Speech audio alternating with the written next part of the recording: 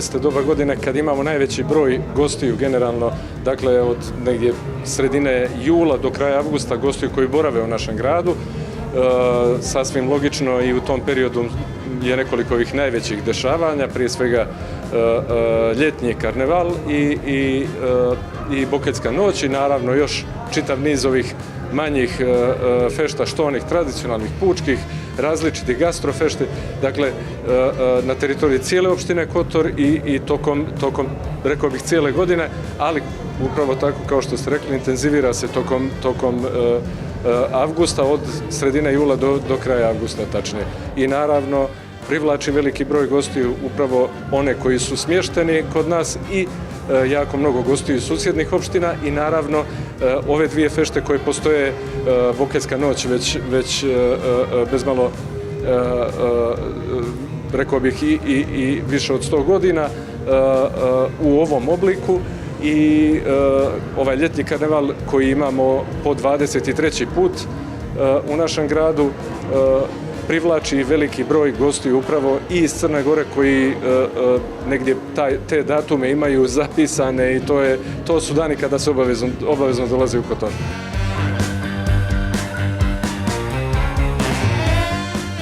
Pa naravno, to je od presudnog značaja.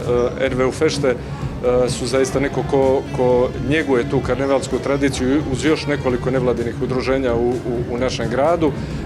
Oni su jedni od tih nosilaca karnevalske kulture.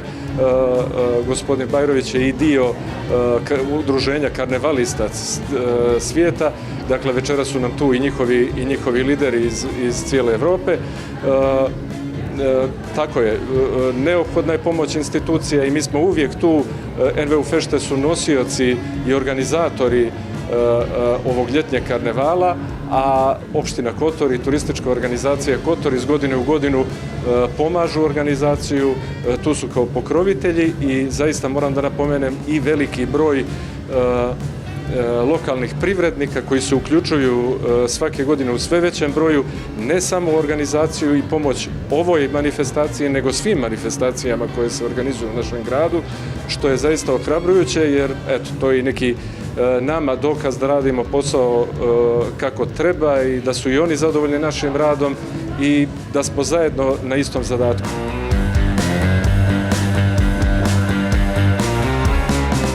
Večeras imamo sjajne koncerte ovdje na glavnom gradskom trgu. Trg je već pun. DJ Funkela sa hitovima 90-ih, nakon njega TAP 011, nakon njih on nastavlja sa svojim programom, poslije toga provod po gradu do ranih jutarnjih časova.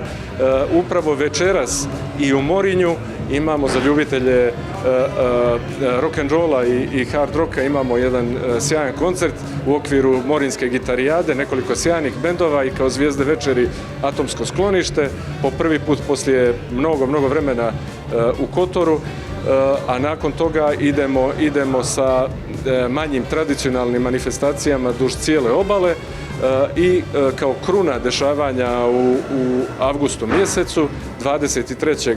avgusta, velika Bokeljska noć, u akvatorijumu ogroman broj prekrasno okićenih plovila, u Starom gradu ovdje na trgu Doris Dragović, po drugi put u našem gradu, nakon onog prvog koncerta koji je bio u stvari veliki comeback kad je njena karijera u pitanju, i na još 3 trga sjajan program u organizaciji Kulturnog centra i turističke organizacije Kotor, a na još mnogo malih trgova, pijaca unutar grada, različita muzička dešavanja u organizaciji naših ugostitelja. Provod do ranih jutarnjih časova također.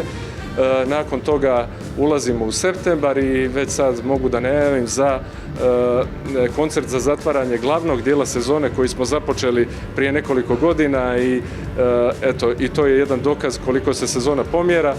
Prve godine nam je bio prvi vikend u septembru, druge godine drugi vikend u septembru, ove godine je to treći vikend u septembru, dakle 20. septembra, subota, ovdje na glavnom gradskom trgu, na kontrastrani koncert Manu Chao, mi smo dio njegove svjetske turneje ove godine, tako da evo, već sad pozivam sve naše goste da rezervišu na vrijeme svoj smještaj, također i naše prijatelje i sunarodnike iz različitih gradova Crne Gore također.